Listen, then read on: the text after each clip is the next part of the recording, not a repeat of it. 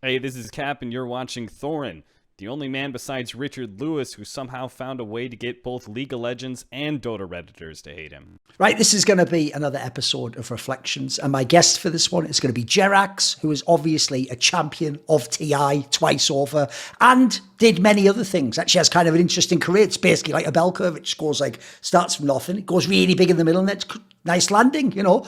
The shuttle comes back down to earth at the end. So actually where I want to start, JerAx, is what's crazy about your career, if people go all the way back, is I saw that cool thing you did when you won TI. You actually sent Too Good, James Harding, that nice letter. Because if people don't know, when this team was first made, I remember it like the QPAD, Red Panda, like at the time, people were even like, well, the Sing Sing guy's good. Wait a minute, is that Select from StarCraft? And they looked at the rest of this lineup, and everyone at the time was just like, look, we all love Too Good, and that Good House studio is sick, but like, this isn't like a top team, is it? Essentially, it's like a mascot team. We're all riding because it's Too Good's team, isn't it? Like, and obviously he was bigging up the Sing Sing guy all the time. Like, at the time, people thought this was kind of a meme team. Am I right?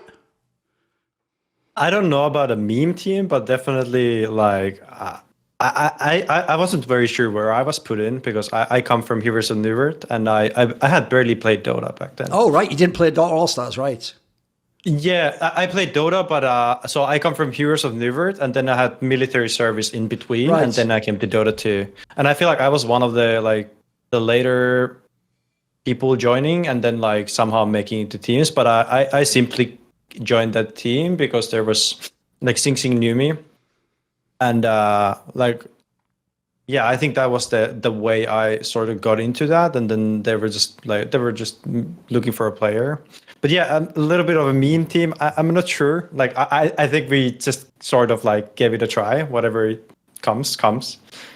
And well, I was absolutely terrible at Dota back then. Right. Okay. Certainly admit. I got a lot of hate, by the way, back then. Oh, okay.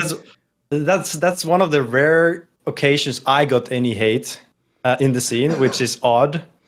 And it's sort of good that I have that perspective, because I think some have it only the other way. Sure. And always like that. But yeah. Along those lines, though, the letter, do you ever wonder if they didn't ask me to join that team? Like, is there just no Dota career for you? I'm not.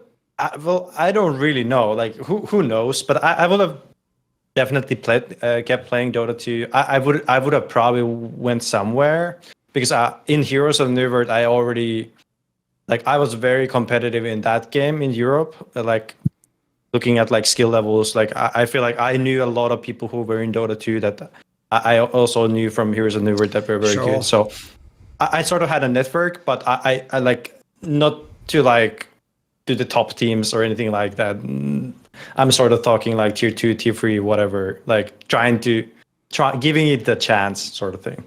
Let me ask you about Hon then, because actually a detail a lot of people don't know. This really is like if you did like a Back to the Future timeline switch, the timeline switch wouldn't be that people go play League of Legends. That game was never appealing to people from Dota, I can tell you. In fact, I played Dota All-Stars, and I remember seeing that game and being like, this is like a little kid's version. What the fuck is this? At the time, what happened was you had Dota All-Stars, and then when there was that weird time period, it was actually when there was even like fucking lawsuits going on, like who owns Dota and what's going on? And then if people don't know, IceFrog at the time, he doesn't like to say it now, he was involved in all these companies. They all like brought him in at different times to do different things with their game. And everyone was wondering, what's the replacement for Dota? And what people won't remember is this, JerAx. It was Hon.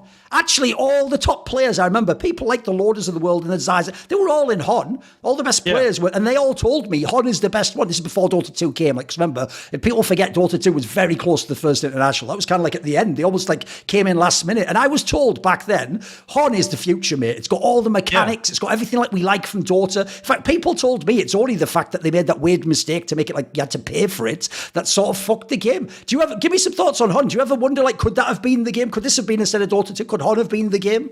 Yeah, most definitely. I don't. Like, I can't honestly say that I know what happened exactly. I remember the game very vividly, and I remember it being much better of the game. But my career came to the end, and then I had to go to military service. So in a way, I never saw the transition phase, like when people actually switching or like deciding. I sort of like when I came out, like I did it for 9 months, and then I was like, oh, there's a Dota 2 game now, and then I'm like, well, I'm sort of in the middle. I just played my last tournaments. I don't have a team. Like, what am I gonna do next? And then, like, why wouldn't you go for the next thing? Sort of in that thinking, if there is like anything career-wise, then it's sort of logical. And then, like, I slowly got into it, but I sort of feel like that I missed Han for quite a while. And the reason why is that the game is was very fast-paced, and it really like pushed, I think, individuals that were it sort of pushed the like being reactive, like very adaptive in the game, right, and sort of like very quick decision making. Very similar to sort of like FPS games where the situations happen really fast and you just sort of work through like what you're used to. Whereas I think Dota, like it's would it be like 1.5 times slower than Heroes of Newerth? And then it's not only that, but then the abilities and all that, like and it definitely gives you more time to breathe and think in between. Whereas Han was like very fast-paced and right, sort of like a ADHD version of Dota 2 nowadays. Okay. That's a good tagline. What about this then? Obviously, in your case, you weren't like a 16-year-old kid. So I want to actually ask this. A lot of players in Finland, their career ends when they go to the military service. What happens is they play like CS or something when they're 15, 16, 17. And then what happens is you either, if you're at the top in CS, keep delaying it each year. And then when you have a bad year, you just go, right, fuck it, I've got to go do it. Or in your case, like you actually did it basically before you had your esports. That sounds perfect. You never had it looming over you. Oh, well, I actually had an esports career sort of in Heroes of Newerth, but I think it was close to coming to an end. I feel like our team was disbanding and sort of there was like a slow build up to that, but not that I made any like salary or money. Like just, it wasn't just a good team, you mean, right? Yeah. I mean, that was not a thing back then. Sure. Unless you happen to live in like US and yes, like there happened to be somebody sponsoring. Yes, but those were rare cases. Also, like Fnatic was there for Heroes of Newerth. Those were probably getting a little bit of paid, knowing that I talked to Trixie back then, for example, who's a Finnish player, and or used to be a Finnish player. Also moved to Dota 2 later. But yeah, I had at those standards, I definitely had a career, but like nobody goes paid. And then I think afterwards, and then like what happened is like Dota 2 comes and then they announce this crazy TI, the international crazy 1 million tournament. And then like from there on, the money started to flow in, I feel. Yes. Right. One thing I wanted to ask you is you said you were terrible back then. You were already a support player if people don't know. Give me some thoughts. Yeah. When you say terrible, like what was your support like back then? What type of heroes did you play? What didn't you understand? Because obviously people don't know it now. Back then, people used to treat these games before there was things like coaching as though it was like football. And you know, like the defender's usually the person who's just not good. He's not fast, right? So you go in defense, right? Nowadays, all the genius captains are all the support players. That's where you can grind out the most out of the game and get all these edges. So what were you like as a support back then?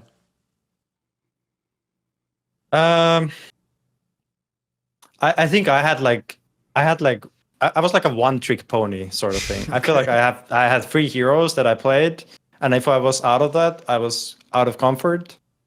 And even those 3 heroes, like I played them, but I was just full of anxiety. And it's because when you're inexperienced and you're put to situations like tournaments and you really feel like you're not capable and like you're not fit, it's really hard to perform even at your normal level. And I definitely performed lower than usually, but I was like nothing. I was just I was very skill focused. I didn't understand much of the whole overall game. And I think that at that time was something I was working on. And then like later on, like those things carried through and really paid off. But I certainly at that time, like it was terrible. It was me focusing on like very, very nuanced things. Whereas I think nowadays, or like in the end of the career, in the end of my career, I feel like I was very team focused, very big picture, like what is actually relevant and how to make those things happen. If I went back to then, would you still be playing Earth Spirit? Were you already doing that? So that came way later. I think we're talking. I actually don't remember the years. I think 2014 or 15, Okay. and I think when I started Dota, that was 2012. Yeah, the year after the first TI. Makes sense. Okay. Yeah, Okay. something like that. Yeah. I mean, I saw another thing is before you even got to the top level, this is how I know in the early days you were slomming it a bit, mate. You went to that IeSF tournament, right? Which, if people Yeah. don't know, they present it like it's a world championship. But famously, any single game, CS, League, if you ever go and look on the pages for that tournament, most people are red links, which anyone who knows Wikipedia means they don't even have a fucking page because they didn't have a pro career. If I go to that one now, JerAx, nearly all of them are red links. It's like you and a couple of other people in your team, like MATUMBAMAN's there, obviously, but like Yeah. you can't, and it's not like you win it either. Like, were you kind of slumming it back then? Were you just taking any tournaments would take you, anything on the circuit? Exactly. Yeah. And like any tournament, like there was newbie when we went there, and that team won the TI previously, so it was a pretty big deal to get to play them. Oh, sure, And yeah. just for experience. Of course. Like even it doesn't like. I certainly didn't pay attention that there was anything shady or anything like that. But sure as like when we arrived there, like I got pretty quickly the feeling that something is not right. But like sure, the tournament was like all organized, everything went well. But yeah, the main motivation was just competition, and you know when you're at that level, like you take any tournament, and that's what it was. Obviously, later in your career, you teamed up with MATUMBAMAN. He had a fantastic career himself. Obviously, he won TI, right? Give me some thoughts on this guy. Did you know him already because the Finnish connection? Like, is this where you first met? What happened? I can't really say for the timeline. Honestly, like some of these timelines are pretty blurred for me. I have to double check. But like he was quite a funny guy, honestly. Like it's just what it originally got us to play together is like he just had this charisma, I would say, and I think he had a very interesting background. So he had played a baseball, and he was like thinking of his options of like going to this sea captain school or playing Dota, and like all I could really see is a guy who like whatever he puts his mind to, he gets it done. Right. And like that's what ended up happening with Dota then later. And like he was a very gimmicky guy, I would say also. So he played a few heroes. Like his Ember Spirit back then was, I think, probably close to the world's best. But then none of the other heroes. Like there were some heroes, but not firing it back to him or anything like that. Like not heating it up here, but yeah, I feel like he definitely had his strengths that he had found, and I think that just like started expanding. I think as soon as he started to play in tournaments, and he came to realize that this game is much more about other things as well, and then just like leaning to those that he feels comfortable. Because then you got your chance. I feel like what's funny is people might look later, depending on which teammates we're talking about or how charitable they are. They might say you got really lucky with some of those OG lineups and the timing and the wins and stuff. But if I actually look, mate, it's deserved.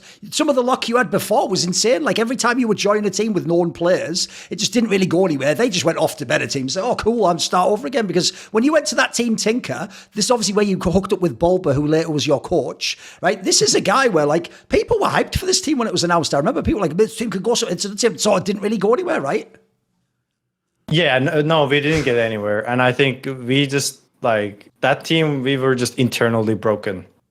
But that was a very good experience for my track. And I feel like that was actually a time where I feel like I sort of betrayed the team because I started looking other options. But I really felt deeply that there's like no future for us.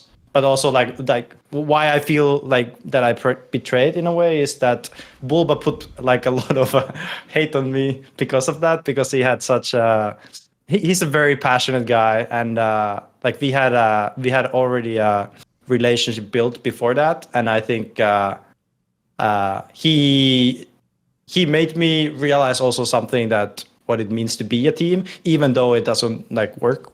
But I certainly. Like that was a very good lesson. on my like track record, if you may. And yeah, that was I don't think the team was ever going to be successful, but there was certainly like a lot of promises of like what the future can hold.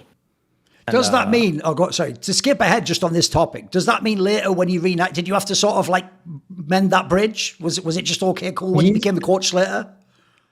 No, I think he, like later on, he admitted like there was no oh, right, okay, right. I think he came to realize, but back then he was very passionate about the project, and sure, like anything that got in the way, like he did not take it easy. Right, I have to ask this question because some of the other lineups, like I've always understood that in Dota, you were ahead of us in Counter-Strike. Like, we used to make just the national teams, but now almost every team in Counter-Strike is a multinational team if it's from Europe, because essentially, if you speak English, the reason it's better typically is you can just get talents from countries that, like obviously in your case, people like from Romania and fucking Bulgaria. Well, if they were on an only Romanian team, they probably wouldn't be good enough, and maybe you don't have that star player. So it makes sense, right? But there's one question I have, which is this: how the fuck did you go on that team that was the Korean team, the MVP HOT6ix team? Like, what on earth is the scenario where you would end up on that team? Because first of all, Koreans like to play with Koreans, and then secondly, I mean, you can tell me how good they were, but did these guys actually have really good English? Could you actually communicate properly? Yeah, I think the later point, like I think I got baited a little bit to coming to Korea. I could say I think I was promised that there's gonna be English language, but I don't think it was to the level. And I think one of the first days I got apologized for, like, they didn't really think it through to like, okay, there's going to be like a Finnish guy and we actually need to talk English, because very quickly, I don't remember if it was like 2 weeks or just a slightly more, where we actually had to like change one player because he simply couldn't speak English, and it was impossible to like learn it at that stage. What got me to Korea? Well, I think sort of, I wouldn't say desperate times, but I was at the point in my career where I was like willing to fully invest into anything that like felt like it's worth it. And I think so I had met he was the captain of the team back then. And I met him in the previous tournament in DreamHack, or was it Dream League? I don't remember. And I think like he convinced me as a person that he's capable of like running a team. And I think it was like he approached me. I don't remember what way exactly, but we talked quite a bit, and then we sort of like agreed on ideas about the game, and like we saw it very eye to eye of like how things are going to be built. And then I got to hear, okay, there's this team, and it would mean it would require me to move to Korea, and sort of like, you know, everything is going to be there, and there's going to be another team on the team house. So we had 2 different teams in the same team house. Later on, I came to realize the house is very small, it's not really a house, it's an apartment. And yeah, there was all kinds of things I feel like I've been promised over my career, and I'm going for it. But I've never seen it as like, God damn, they really lied or something like this. It's more like I just come to accept the situation, and then I just like, well, we are here to play Dota. You know, that's in the end of the day, as long as that's possible. But yeah, Korea was also very interesting. Like a decision for me, because I was in university. I had just started. I was definitely not motivated to do like continue, but I also felt like if Dota doesn't work, then I'll probably just continue the university life and then like switch my focus there. But honestly, like I never got to that point too close. Like I don't know what's wrong with me, but I feel like I've been almost always very willing to like fully invest my time and energy to this competitive career in not just Dota 2 but also other games. And I don't no, like I feel like I'm dumb in that sense, and I feel like too stubborn of like, okay, I can make this work. And then in the end of the day, like I'm happy I went for it, because that's me listening to myself. But yeah, at times I've been very doubtful of my own choices and sort of like how I've gone to be who I am. When you say that like they told you, oh, everyone could speak English, like I can understand why Heen can. Everyone knows he later became a coach. He was a very successful coach of Western team. But when you say that, I've heard this story before, mate, because what happens is you go there and then it's like, yeah, they can say like kill, or like Nash, but it's like, that's it, right? There's no like, take the Nash, then turn, and then we're going to get the embassy. You can't say like, you can't do whole sentences, right? You can't have a conversation with them in the game. I mean. You have to sort of build a new language where it's just like Dota terms, and then you are like, you point at the minimap, for example, you're like, okay, this is called this, and then you go to the next thing, and you start to like combine things in that sense to like make sense of it, so everybody can understand that we're talking about the same thing. But yeah, like outside of that one person who we had to change. I mean, they've probably felt like they could definitely not change me because I had just flew in there. But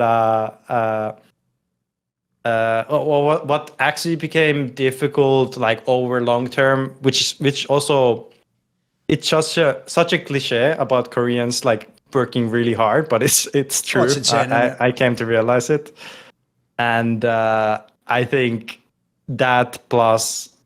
I think countless conversations of like, I have to be the guy on the side when I hear Koreans talk is sort of the main experience that I had. Now, it teaches a lot for like having to work in such an environment where it's literally 12 hours a day. It's dumb, but it's like that. And like I started at some point resisting it because it's not that I don't want to play 12 hours, but I don't think it was very useful time use. And then when we came to tournaments, we were just like fully burned out. Everybody was like tired, lazy, like didn't feel like really putting effort, even though it's like, it's the thing that's supposed to matter. And then, yeah, that was our TI experience, for example, right after. I have one question about the TI, because spoiler, there's not a lot of good points, is how the fuck did you actually beat Vici in this tournament? They were like the number one seed. If people don't know, they were really good. Yeah, so I don't know how much you managed to actually look into the tournament. There's MVP, Phoenix, and HOT6ix. HOT6ix. Oh, did I get the wrong one? Oh, right, my bad. No, not that. But I was sure you'd beat Vici, didn't you? I actually don't remember, but MVP HOT6ix was the team that did really well in that tournament. No, you were on MVP HOT6ix. Phoenix was the other one. You were HOT6ix. Yeah, HOT6ix we got last. And MVP Phoenix did way better than, for example, I meant in the group stage, but yeah, go on. Yeah, so the story goes, it's like we were way better than MVP. Oh, right, okay. Yeah. But I mean, you had the better players in theory, right? Yeah. Yeah, so we like heavily underperformed. We did nothing that we had learned. Right. Whereas, for example, because we played countless times against MVP Phoenix, like they didn't stand a chance in the end of it. Like as soon as we came to TI, and I think our potential was way better, but or like higher. But I don't take it as like, I also feel like they had players that were not necessarily good on the practice days, but they like excelled in MVP Phoenix. I'm talking. Okay. Like a lot of players that actually excelled a lot when it mattered, and like I don't want to take anything away from them, but I certainly felt like we had a lot left to show to people what we were capable, but we just had nothing in the tank. Ah, right. I see where you bring up the point now, because the point is that was, everyone remembers the Phoenix team actually started to do runs and people thought they were decent. So the idea is what they could have done if you could have manifested your potential could have been, maybe you could have made a playoff run. And both of us actually made it to TI, and that was the first time a Korean team was in TI. Right. And we had to beat quite a tough teams to get there, and somehow like so I think there was a big advantage we had, which is like we were basically two teams in one, which people would never want to do nowadays. I mean, what people don't know is back in the day, that was actually a system in Korea, because if you had the actual sister team, you could practice like a style, you could do it like MMA, Yeah. they could mimic your opponent. The actually Koreans, I believe, are into that philosophy, right? Yeah, and I don't. I guess, yeah. If I think about it, that's probably the whole point of it. But it certainly works. I don't know why people don't do it anymore. I've actually talked to quite a lot of professional players after that, of like trying to ally with teams so that you sort of get a practice partner. Yes. And you deepen the relationship and you're able to share your knowledge with them, because who's going to benefit from you telling about your things as long as it stays between the two, right? Yes. Where like, yeah, the other team is going to know what you're going to do, but what about the rest? You're fighting the whole world, not the one team. And also, if you're just playing a normal scrim, it's really hard to get a team and go, oh, by the way, we're not actually going to do our normal comp here. Like, we're going to play this win. They're going to be like, what? Either we'll get a different scrim, we don't want to play that, or they'll even be a dick and just ban it, which people might do. Or, you said, they'll just leak it. They'll just tell the other, yeah, they're working on some straight fire thing there, and then it's already gone before the next tournament, right? Yeah. And I think that is certainly something I wish to push that one day again. In maybe another game where I'm gonna be competitive, but like, so I'm talking very future here. Sure, there's no game right now, but I certainly wanna extend that and really like go and discover what's the potential there, because I think there's a lot to be still experienced there. One of the reasons I asked about the team in this sense, and I guessed it must be like language difficulties, is because not only like I'd see why you would join the team with Heen. He was a very smart guy. People know what he did in Liquid and other squads later. But it isn't just that. If people remember, basically after this, once he left and they went on to other teams, some of these Korean players were really fucking good. Like they had runs at TIs and they were in the top place. Everyone remembers when those MVP teams were really good, actually. Like Forever and stuff. Everyone knows these people. Yeah, definitely. And I feel like that was the TI when a lot of us made the names, but I don't think we would have had any other opportunity to really do that. That was like, you had to be there, otherwise you're nobody. Right. And we felt that like every day, that our life is on the line, and that's why we're practicing. One last thing about the Korean team, since you got to live in Korea, is this question, right? Everyone used to, because of this bloody organisation MVP having a bit of success in Dota, everyone used to bash on me as like an esports, like bigger picture person. Because I would always say, guys, you have to understand, Korea isn't really in Dota. Like essentially the Koreans of Dota were the Chinese. They were the ones that had the massive region with the insane amount of teams. And they used to do those lands where like the 7th best team could have like been at a TI or something insane. But back then, because of the distribution and the fact that in Korea, what people might not understand is the reason why things like K-pop are so popular is the whole culture tends to follow whatever's like really popular, and it's not like there's loads of choices. You tend to follow like everyone's into this one band, this one actor, this one TV show, and so League was just the game they picked. They picked League for whatever reason, and everyone played League, and fuck all people played Dota. Like if you went out that house and went around the corner of the PC bang, you'd see like 50 people on League. You'd even see a guy playing StarCraft Brood War, probably someone playing FIFA. I bet there was no one in the whole fucking place playing Dota. I bet they were even like didn't even know what Dota was. Give me some thoughts. It must have been a bit weird, because in one hand you're like in the mecca of esports, but like nobody gives a fuck about Dota. Yeah, so to that point, I got to experience that, and like you feel like you're doing something that's not really fitting there. Okay. I also got to hear a lot of like from the Phoenix players, and of course my teammates as well, where they had to convince their parents of like this esports career. Sure. And you can imagine what it's like for a Korean who actually I don't know how much you know, but so the main cultural thing is that parents really push their children to like education, and if they like you need to be the like top 1% and even higher to like really be able to like keep going further. It's like the meme where if you get the A instead of the A plus, like you failed, and then they really do think everyone should be a doctor and a lawyer. Like it's not just like that's like it's nice. You're supposed to be that. Yeah, and like it's not only they push, but I think the system pushes where like you simply have no choices if you don't make it. Like yes, it's that's what I got to feel. Like I don't really know the system, but that's the experiences that I've heard. So I got to hear from multiple players where they had to convince their parents that they're doing this and they have X amount of time that they can keep doing until they have to go to education or of any kind. And they had to convince them that it's going to be this Dota 2 game instead of League. That's something. So, as you say, the positive of TI, though, was to get your name out there. Is this how you then got the invite to the 5 youngs that became Team Liquid? Because obviously MATUMBAMAN was there, but if people don't remember this lineup, like, some of these guys are way bigger names. You have fucking Kuroky and FATA, and some of these people have been in top teams. Like, how do you get the invite?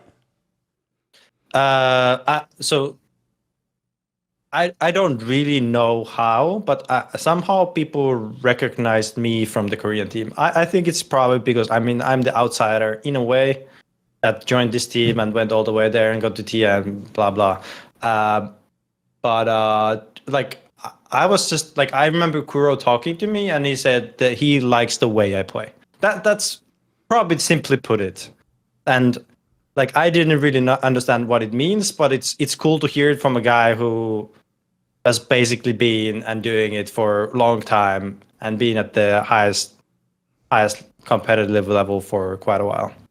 And that's that sort of thing.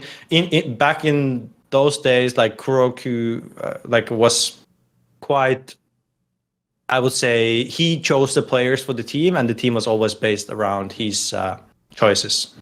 And and he just happened to recognize me. I did let everybody sort of know that I'm not gonna stay in Korea because I don't think it's sustainable. Like I really felt like I was already on the brink of burnout, and I've never felt anything like that, and it didn't feel comfortable. And a little bit of time at home definitely helped. And then, well, I sort of put myself out there that that I'm looking for team, and then like I don't know any of that game. I dropped first. Almost one of the first persons to drop from the TI, and it feels quite lonely when you know that this is the situation. You're probably joining some other team, but you don't know which team. You talk to all these players who also feel like they're getting kicked or they are looking for other teams, and then you kind of scramble. And I got lucky that I was spotted. I don't know how happened, and then we put up the team.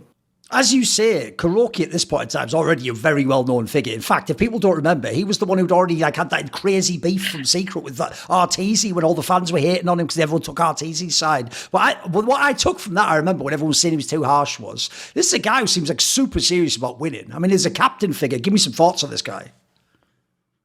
Yeah, so if there was a person that I would have called leader back then Kuroky is the guy. So he's like managing it all, and it starts from however you play the game, of like what's your role and what he thinks is good, and then he's sort of like he directs your practice in a way to like suit the team. So he's actually a coach, I would say, but he's also in the team that he's playing. And about his competitiveness, I don't think I've met a guy that's competitive that he was back then. I truly believe that he was wholeheartedly like all in, and it felt like that. He was very intense the way he came about it, and there was a lot of, I would say this is the time when I was really learning how to have conversations with people, especially the tough ones, because he was very direct and very quickly when he felt like things are not going right, even though we would be winning games or so on. Like he's very good at like recognizing, okay, here I feel like you're being arrogant, for example, with whatever play. And then he's like very quickly wants to get you back to the line. He doesn't want to let loose. And I think it was very helpful for me back then because I needed guidance. I was just a lost kid.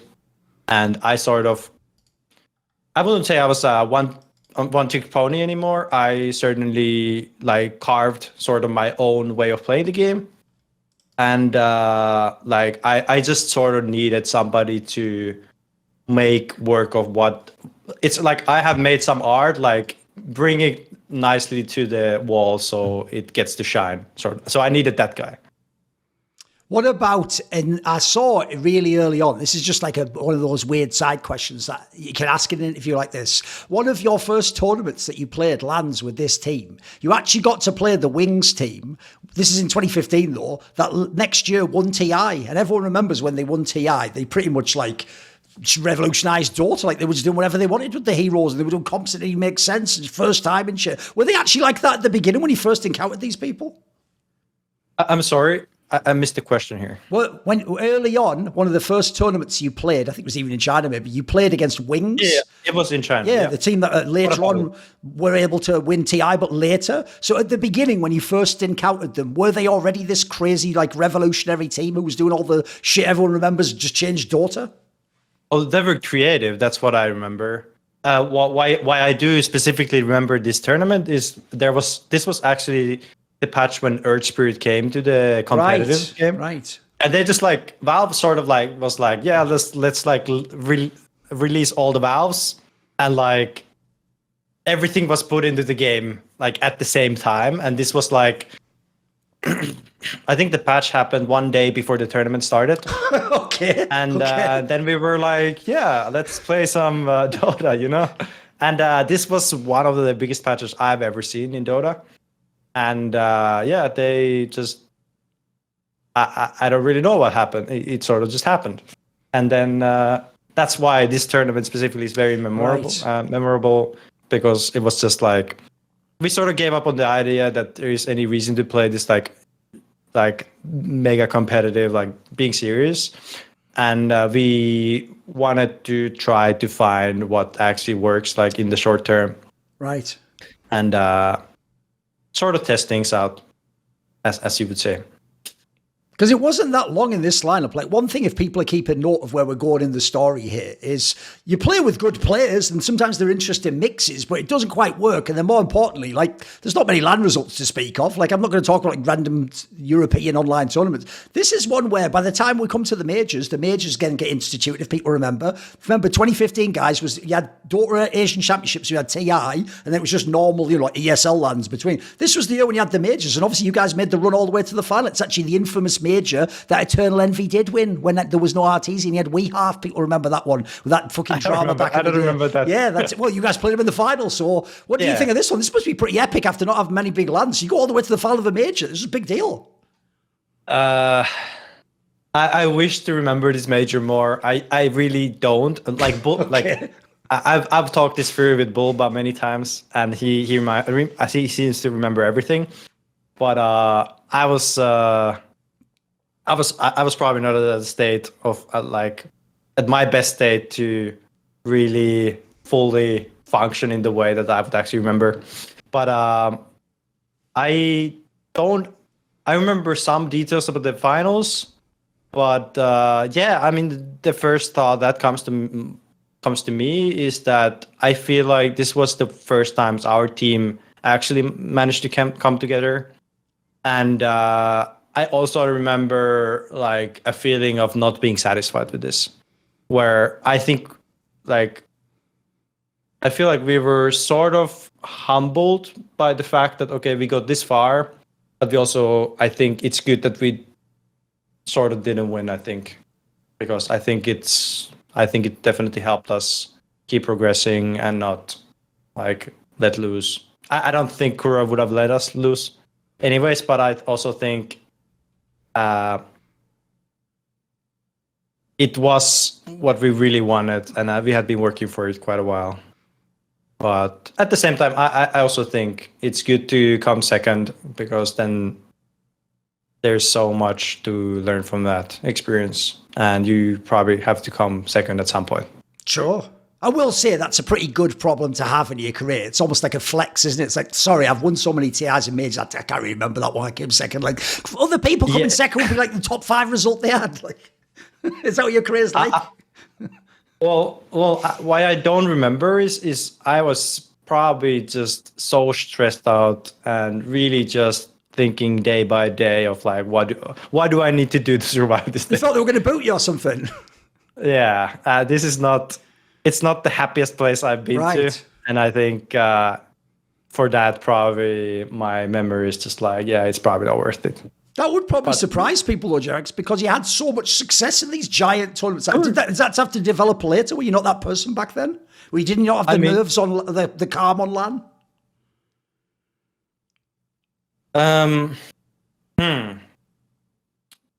Yeah, I understand it surprises people, but people don't see the other side. They don't get to experience what goes on when teams get to these tournaments and what it's like for players. I feel like I felt very, how would I describe it? I felt still quite lost with myself as a player of what I need to do, and I felt very anxious about myself and what I do. And I think when you have like that is the main thing that I remember from some of these tournaments where I was just so full of anxiety that I just had to sort of block it and just like survive. And people like I don't think a lot of people they might never get to experience of those levels of like anxiety, and like they're not in those moments put into some try to survive this day where you're playing for whatever thousands of dollars or whatever. I'm gonna guess like go on. For me actually the more important thing was to convince other people that I'm like decent enough. It's not that I thought of money, honestly. Right. You must surely remember winning EPICENTER, though. Like, when you win your first big trophy, it's got to be a big deal. And if people don't know, EPICENTER was like a 500k tournament back then. This was big-time stuff. So, and you had to beat all the best teams, like OG, EG, all these squads that everyone was hyping, right? Yeah, and EPICENTER, I feel much better about myself. And, like, the whole team. I feel like we came together and we were more whole. And I think, for sure, like the experience we gained previously before that, like definitely paid off there, where we had to go through tough times to like really be able to glue together and sort of put our best. One thing that was a bit brutal, obviously I'm not going to go tournament by tournament, is a trend that would play out in your career until OG bizarrely did the opposite, where you win no fucking tournaments, then you win TI, was your team was cooking. You were like second, third. Like, we're right there. We maybe lose to like the best team. You get to TI, everyone knows this story. A lot of teams have done it before in the circuit. You get to TI, and it's like, TI's the dud. TI's the one where it's like, nah, what the fuck? We lost early. Like, we thought we should have had... So I'm guessing people like Kuroky thought you could win TI, right? Yeah, for sure. And that TI, I think we were way better than we performed once again. And it feels, it's not a fun thing to accept when every time it's the time you're supposed to be at your best, then it just doesn't seem like it's clicking. And it's not because it's not clicking for you necessarily as a person, but somehow the team just doesn't manage to find its like nice wave where that wave keeps carrying you forward and forward throughout the tournament. And I think that TI, that was more tough than the first one. The first one, when you come absolute last, it's way easier.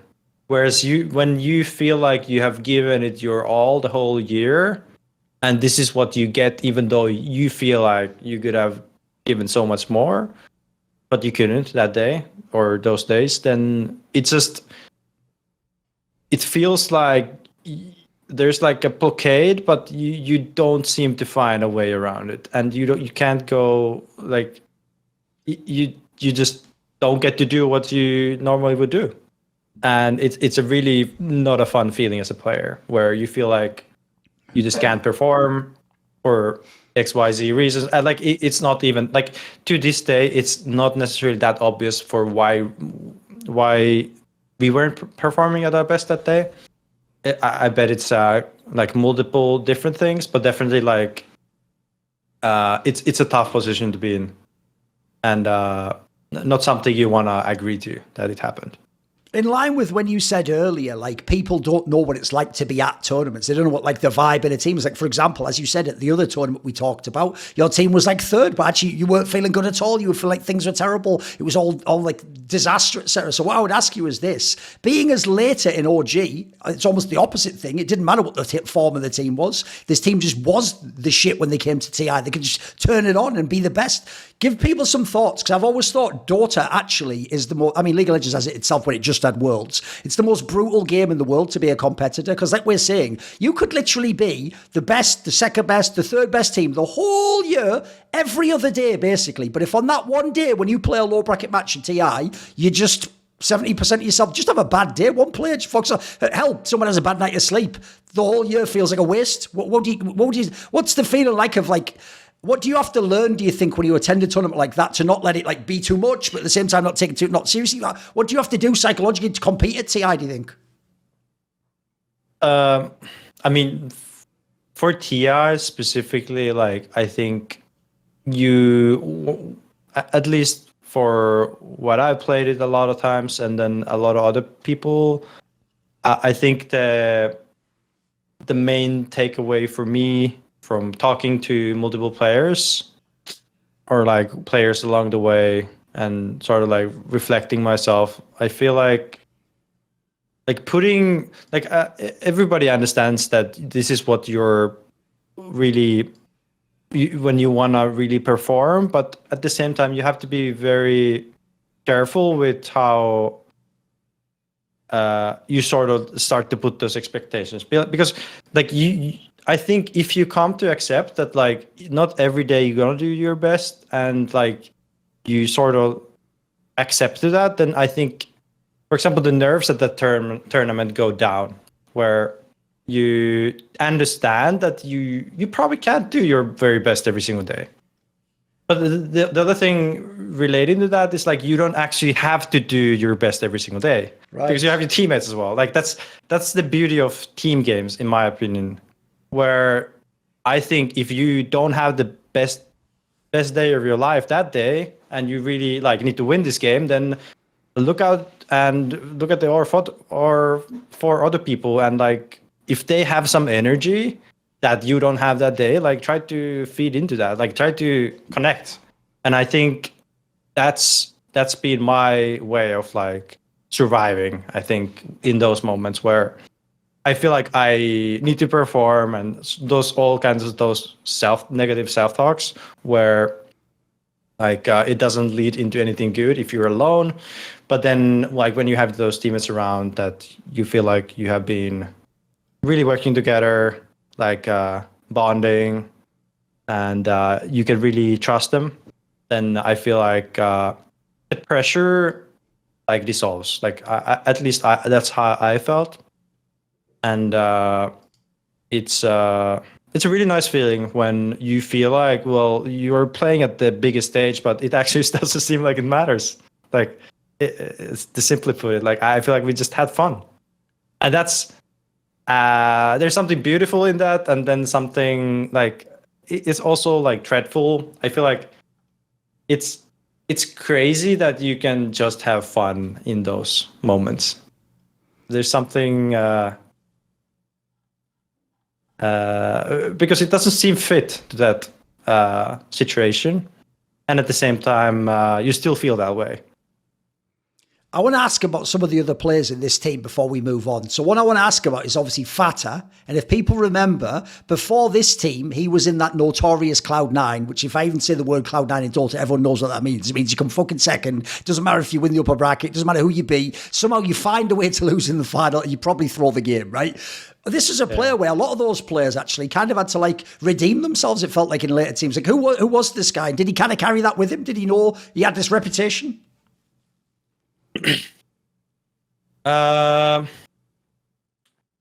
FATA. I think for him, I think like if I describe him a little bit as a person, I think for him competition actually didn't do very well with him, and I think he felt a lot of stress and like he had it really tough to work the same way as he's outside of the game. And I feel like that was probably what was holding him back then, and it's really unfortunate because I think he had it in his hands. Like he definitely player, right?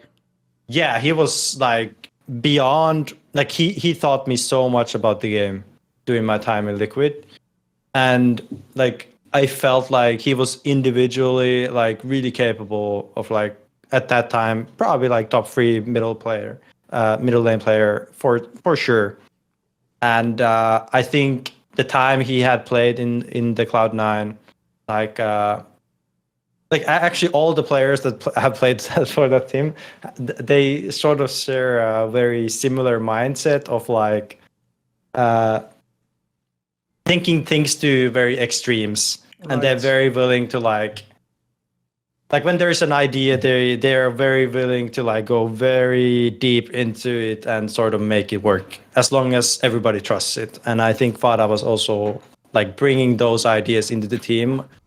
And for better or worse, like at times, like we could definitely make them happen, but at times also, I think the Cloud9 vibes were too strong, and we couldn't really keep up. What about mind control then? Because obviously this was a player who was one of that core that won the TI after this, and everyone remembers him quite famously in this era. Who was this guy?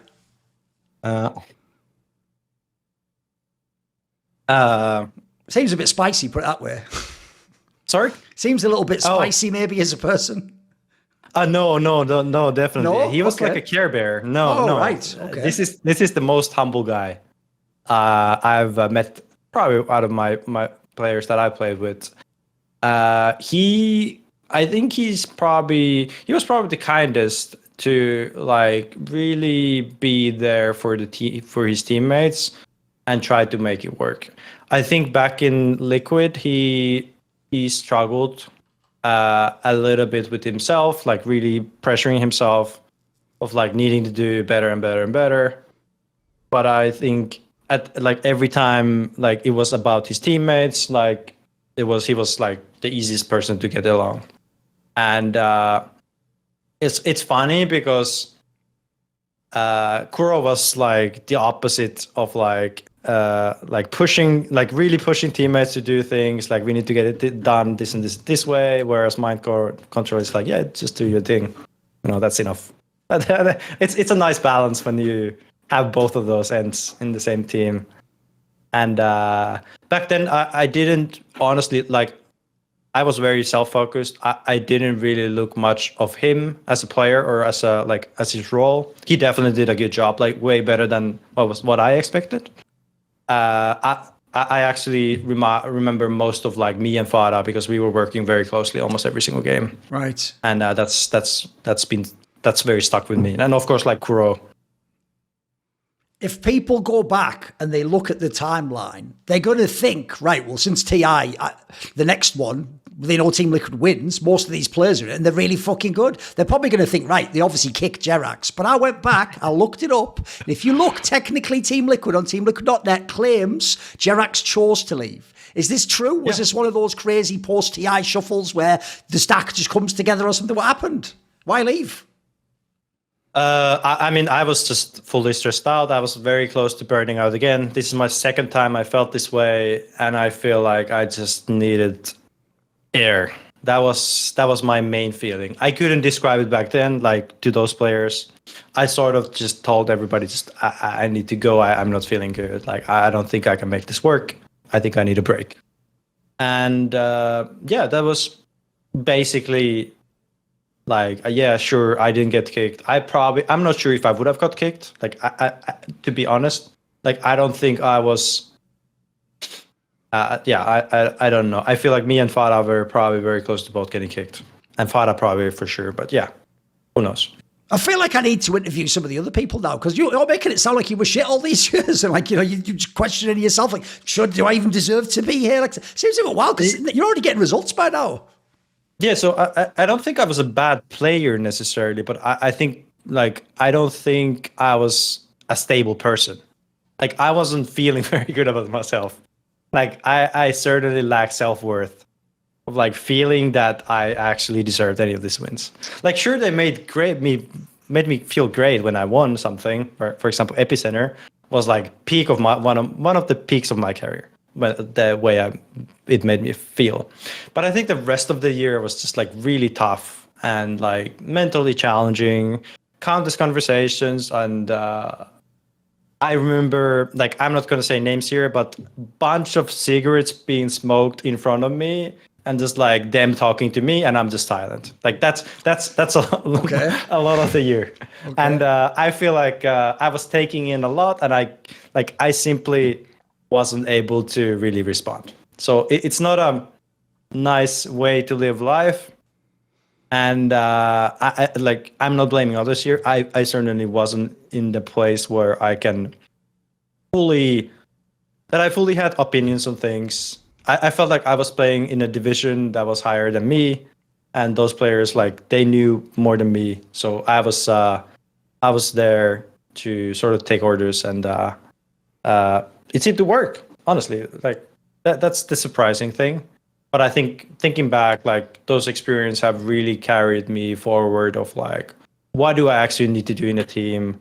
How to have a proper conversation, and how to it's not just about like people talking to me, but I also, like, I have an opinion, like I have something to give, and I think after that I opened up quite a bit as a person. Did it not give you a boost or like validation when people like Kuroky are asking to join No-Tail and Fly? Like, these are very legit figures. Like, surely when they're sort of saying, hey, come and join our team, doesn't that give you a feel like, oh, it must be good actually, it must be better than I think? Yeah, of course. Yeah. So after MVP, I definitely was very hyped about this, because it's not only that it's Kuro, but it's also like I know this is like where I sort of start my professional career. I hear the numbers of like what's the salary, I hear about where we play, and I sort of get an idea, okay, like this is the point where you can start to sort of feel like, okay, now you're pro. And that was a big milestone for me for my career, and certainly like a big pressure at times, especially in Korea, where you sort of doubt yourself of like, is this worth it? You don't feel like you're kind of just like trying to live, but you're also not earning money, and you're counting your days and being like, okay, I can do this for 1 year, and then I probably need to work at least half time. And that was way more scary. That was a very scary thought for me. I never wanted to do anything else than playing Dota. So I sort of needed to make it work. And when I got the chance to join like a liquid tier team, then it certainly felt very good. Well, the gamble leaving Liquid obviously worked initially because the OG team got cooking immediately. I mean, people remember, now you come, you win the majors. In fact, you won the back-to-back majors. Like, give me some thoughts. Winning the Boston Major again, this has to be a milestone if you're a guy that had self-esteem issues. Yeah, sure. Well, first of all, I actually thought so a few switches happened there. I'll just go to some where I actually wanted to play with Miracle as well, but what happened is Miracle went to Liquid at the same time. Oh, the same time, yes. Like, sure. Yeah, that was sort of one of my motivations, because I had like looked up to him as a player, and really, like, I feel like he was one of those guys where I feel like if with somebody, like if it would work with somebody, then probably with him. Like, he felt like a very easygoing guy that just made it work, and he was the best at it. Weird. Like, that time, like, nobody else was at the level of it. Like, he's a prodigy, nobody. right? Yeah. Yeah, and it's insane what he was capable of doing at that time. And people remember, like, almost everybody remembers him at this time. It's something of and it felt absurd to play against, because we scrimmed a lot. We, like, during that tier when Liquid won, like, we OG and Liquid played quite a bit, and like I can safely say that I haven't really felt that way, that demolished some of the games just by one guy. That's like the ultimate skill expression you've met in Dota. Yeah, definitely. And it's hard to describe. You feel like you're just like somebody else is playing the game, and you have no purpose. Like, this guy who's rolling on you. And it's the same game, but it's not the same game. He's playing a different game. But yeah, Boston Major, definitely not the biggest milestone for me, even though, like, yeah, we won a major. A very big achievement in that state. But like, the next one, like Kiev, is probably one of the peaks of my whole career. But Boston, I remember some parts of it where I was very surprised. For example, Adfinem was in the with the big shock, yes. Yeah. This was the Greek team that people forget. Yes, they did this. To be honest, run, like right? I had no idea how they even made it there. Who did? No one did. It was a miracle, right? And then when we played them in the finals, I just felt like I felt a difference in level of play that like I haven't felt in finals before, where I feel like I don't think they can do very much against us. Right. It's like an easing feeling, but like to me, I honestly felt a little bit. How would I call it? Like I don't want to be arrogant. Like my point is not being arrogant here. Like I definitely think it was a big achievement for them, but I feel like there wasn't like the challenge there wasn't nearly as to the level that I played in the other finals. Right. For example, like these the Cloud9, like the Shanghai Major and the like EPICENTER, like last TI and those things. Like I felt like this was almost easy. And definitely, like, I guess that kind of, like, I don't know, probably just me thinking that I need to prove myself and this wasn't challenged enough or something. So again, it seems like I don't really take credit for the major. And yeah, it's interesting, honestly, now that I think back, that this is the memory that I'm left with. But I can get why. Because I was coming from a place that was way more rough. Games are really tough. There's a lot of pressure, stress, and now it's like all gone. And now you're put in the finals, and like I feel like we just beat them. Like I don't think they stand a chance. One thing I do remember from this era is when I used to watch Dota, I mainly watch esports for specific players. I don't like follow the teams. I follow whatever team those players are on. And at the time, I was a massive Burning fanboy. So I remember before the Kiev Major, here's what actually people thought. They were like, as you say, they were like, look, they did win a major, but what the fuck? That wasn't even like a hard opponent in the final. It wasn't like EG or VP or something. You kind of got like an easier opponent. So in that scenario, it's like, okay, so you win that one. Then you went to the DAC, and this is where IG in the final gave you the business. My boy Burning, I was like, oh yeah, it doesn't matter. It's 2017 guys. He's still really good. He's like secretly the best player. Even though if people don't know, that was basically like almost the last hurrah, and then those guys were going downhill. When you didn't win this one, was this kind of a blow? Did this make like that team wasn't going to win TI? Oh yeah, this was a tough one. Yeah, they Ricky Maru'd us. They picked Ricky Maru in 2 games in the finals, and I think we got mentally crushed. Fair enough. Yeah, it was a very specific thing back then. It was also one of the things that we sort of, I think it just got into our heads. What about this then? I'll ask you a question that goes like this.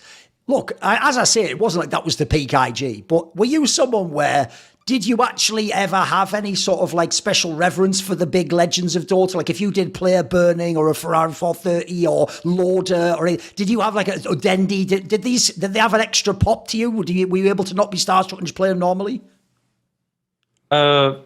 So was I idolizing players? Yeah. Did you ever sort of have the legends of Dota? Did they ever hold a special place in your mind, or could you just wipe it when you came to the players? Game? Yeah, the legends, the big names, the titans of the world. You know. Yeah, they do. Like actually, it's funny. Like Malk, M-A-E. Yeah, the Danish guy. Yep. Yeah, the Danish guy. He was one of those guys. Sure, in Dota 1, yeah. Yeah, absolutely. And those are the times where I idolize the most of like Dota players. And it's because I learned Dota 1 back then, and like I had one game with him. We were playing Dota. I don't remember what was it. It's some Dota League thingy. Like an all-star. It's like a matchmaking thing where you queue up through the website, and then I got a game with him. and I had this very fanboys moment where he was playing in my team and he carried the game, like simply just carried the game. Okay. And I like that has burned on like that. That's something I remember vividly, where I realized what these players are capable of, and I was I was like nothing near to that, and I felt such a distance. And then like we move some how many years? It's like a little bit over than 5 years, and then I like somehow catched up, and then it's an interesting feeling, like to think about those, like where you come from, and all those players. Like there's like Puppy, Kuroky, Malk. Burning was one of them. I wouldn't say I followed. I mean, to be fair, scene too Chinese much. scene was over there at the time. There wasn't really that many international tournaments, right? Yeah, and like you didn't really get to see their games or get to play Right. them and nothing like that. But yeah, a lot of like I have a lot of names, and from all of those teams, like Loda, Ake. Yeah, I certainly was looking up to a lot of people, and I was watching games a lot back then to like learn the game.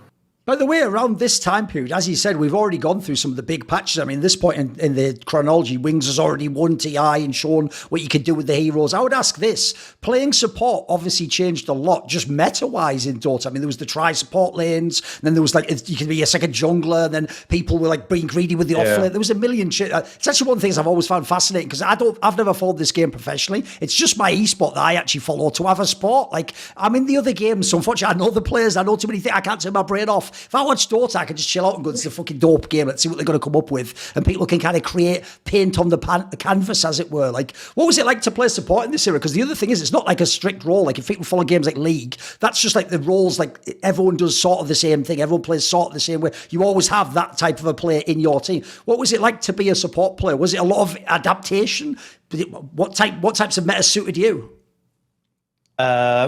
So if we talk about this DAC sort of his time where years I think leading up to it, yeah, I think this was the time when the roaming sort of began. So what we talk about when we talk about roaming, and it really didn't have a name back then.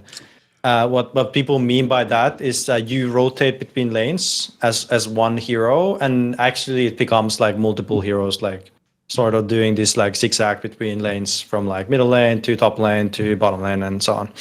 And this, I think, like I sort of stumbled upon this just by myself, I think by accident. So I never really, it was never intentional of like me playing this way, but I certainly was one of the first to do it in a professional games and being very active about it, that this is what I think is the best way to play the game.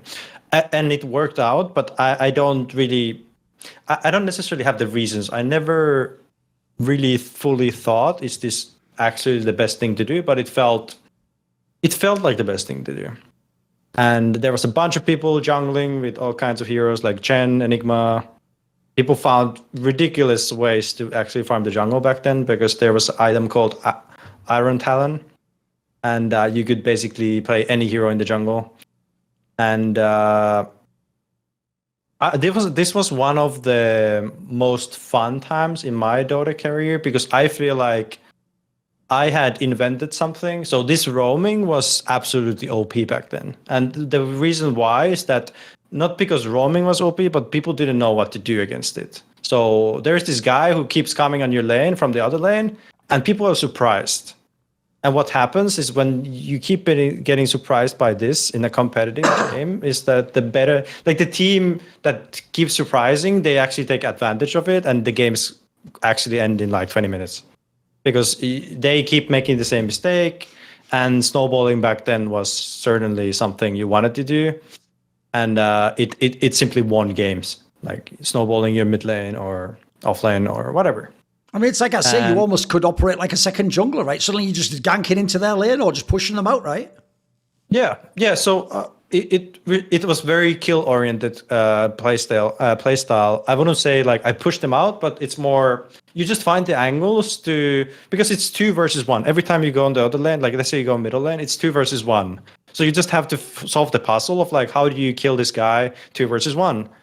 And when you get really good at the game, you start to pick heroes that it's actually very hard for the one person to survive it. Right. And we design drafts like this, where you pick me some roamer, and he just comes on the lane, and it feels like you can't do anything, and you can repeat this because the matchup doesn't change in the game. You're stuck in the game with the same heroes, and it's very. Sorry about that. Yeah, we certainly pushed it to an extent where it was. It resulted into a lot of wins just by doing it, or like advantage that were easily stretched to a win. One thing I would ask is, as you say, obviously the Kiev Major is one that stands out. I mean, in light of what you said about the other major, one of the reasons why it surely has to be, you beat Evil Geniuses here, you beat Virtus.pro here. Like, these are the big names. Like, these are the teams that people also think are the best teams, right? Yeah, absolutely. Yeah, I mean, that's. I feel like we were able to adapt as a team to like match each team in a specific way. We were very active about it, as in like, okay, these guys draft this stuff. This is the weapon we draft today, and then we were like switching between drafts per who we were playing against. And I think that was OG's like one of the biggest strengths as a team is we were really annoying to draft against. And I can only imagine what it felt like. Obviously, this becomes very key later, so I'll foreshadow it now for the TI wins when people actually thought you had no chance in this guy. Essentially, is it something about specific players? Is it No-Tail? Is it fucking mad? Who is it? Because it feels like even though people say in Dota in general, you could play any hero in theory in any lane, people don't know. They pick the strongest ones and they draft kind of similar ways. They do cynical drafts of what they think's good. And I've got this matchup, whereas it feels like in OG, there's always been a sort of a freedom that you can experiment and do things that maybe aren't the meta way to play. Yeah, so I think the fundamentals of the team or the foundation of the team is quite different. So we had a very open system. And I feel like what that meant in that team specific is like, first of all, we were very accepting of like whoever brings ideas of like trying to make them work. And then we sort of like had this process of like the way we practiced is we went through a lot of different ideas and we thought, are they good or not? We had to test it out. And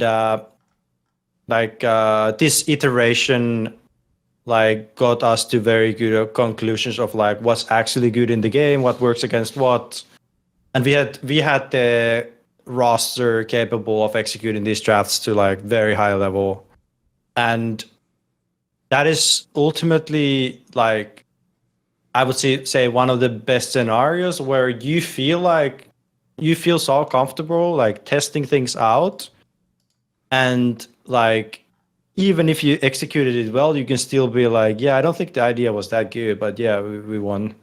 Sort of like you want to get to this level where you have the confidence to like first of all, like you feel like, okay, like these guys, like on a good day, like maybe they can beat us, but like we feel like very confident in ourselves with anything, and at the same time, like we can. Then because we have this advantage, I feel, then we can feel we already feel good about ourselves no matter what.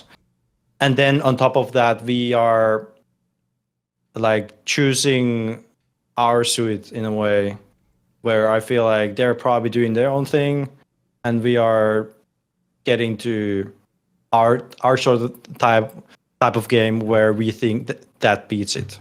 And it's like at times it felt like teams, like if you play rock, paper, scissors, we sort of had 2 of them and they had 1.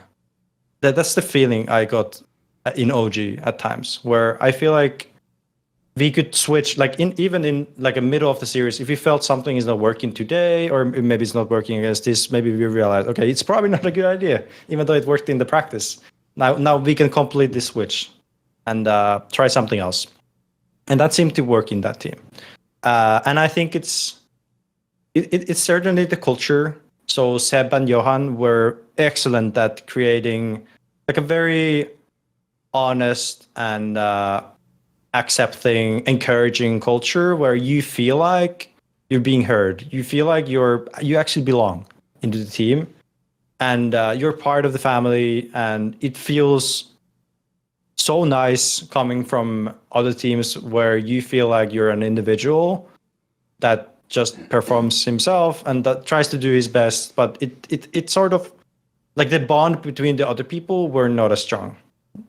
And I feel like in OG, I felt like they were the heart of the team, and they were like previously, of course, Fly and Johan was absolutely crucial, like Seb was coaching.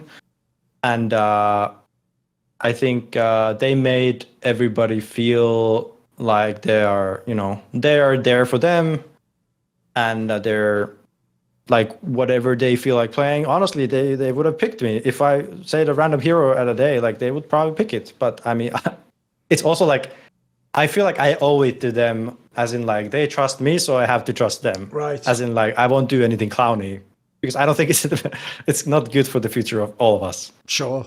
I want to ask about Seb for a second, because as you say, this is the era when he was the coach. People forget he only came back in as an emergency to bloody play later when the players left the team. So when he was a coach, what I want to ask is this. Whenever I've seen those documentaries, and I did an interview with myself, he himself is someone who mega flexes stuff like emotion and like the vibes in the team and like building people up and always believing you can win. He seems like a super positive guy, but put it this way, I always thought his actual alias was fucking appropriate. Like, he could also be really fucking spicy and get pretty mad with people. So how does that dynamic work? What's it like to be coached by this guy? Yeah, so that's all competitiveness of him. He's incredibly competitive, and I think the spiciness may be related to his French background. I've come to understand French might be of the fiery type at times. But yeah, among us, like I don't like that fieriness was never like one could say that he takes some things like very personally, even though it's not probably directed to him, like publicly on Reddit, whatever. Like when people like when I feel like he has been picked on like all his career, like everybody seems to not like something about him. I'm not really sure what. And I think they probably like that he also reacts.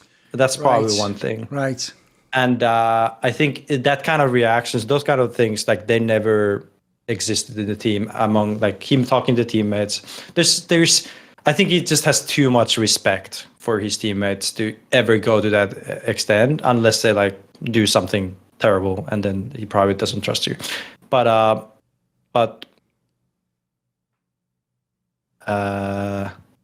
yeah, like I think as a coach, like I remember Kiev Major after it, like I was like when we won the finals, the first thing I thought is like we need to bring Seb to the stage. Like that was like I truly believed like he was the key to the team, because Anna had a lot to do, like a lot to work on, and he was the guy like checking on Anna every single day. Right. And he like carried out a lot of ideas and made them work, and really helped us stay focused on what's important. One team I want to ask about in this era before we talk about the TI is Virtus.pro, because people will remember this is when they started to get into that form where for the next 2 years they had the nightmare where, like, again, you can be really good every day except TI in the lower bracket. Like, that's what would always happen. And then obviously the curse is they never did get the TI. So I was a fanboy of these guys too. But when they were on their game, they looked really fucking strong. Who was this team to you? It was a nightmare to play against. I don't like, it's almost like I don't want to play against them. And this was like Kiev finals, like like we beat them, but I think like a lot of things had to happen that we beat them that day. And it was a very scary roster.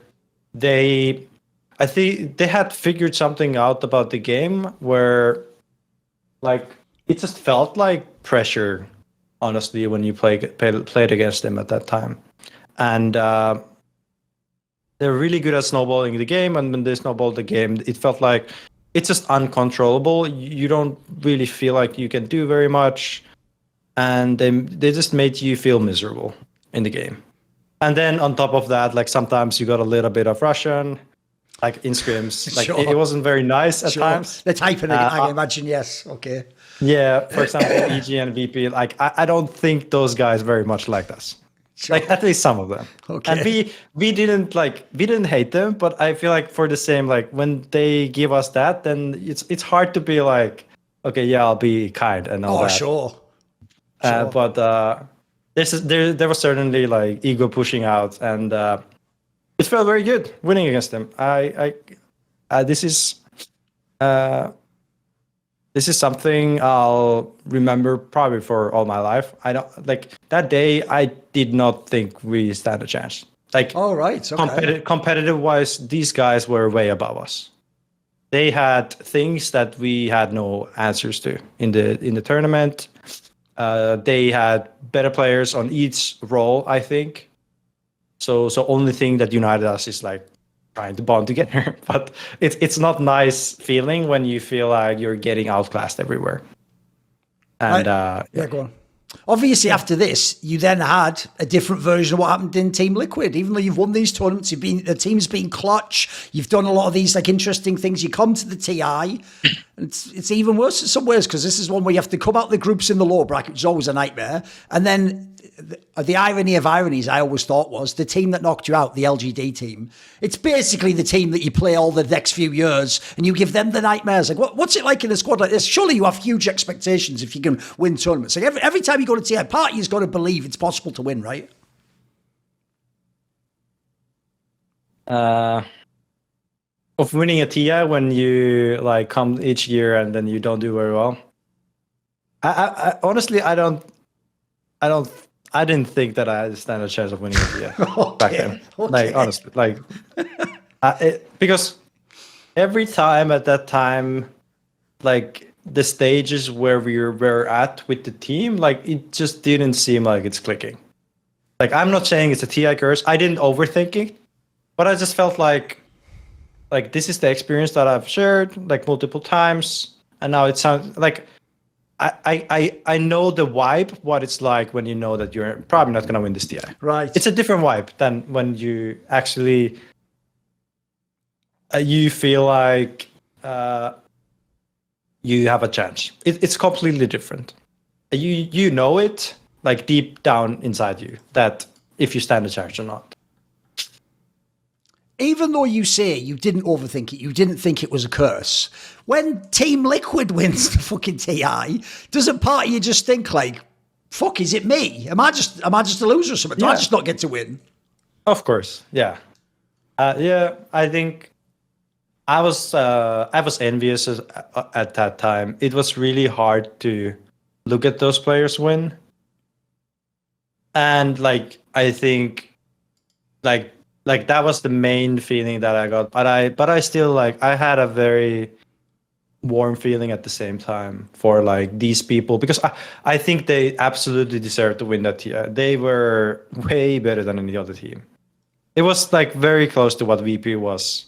I think it was actually more where it felt like no team really stands against them.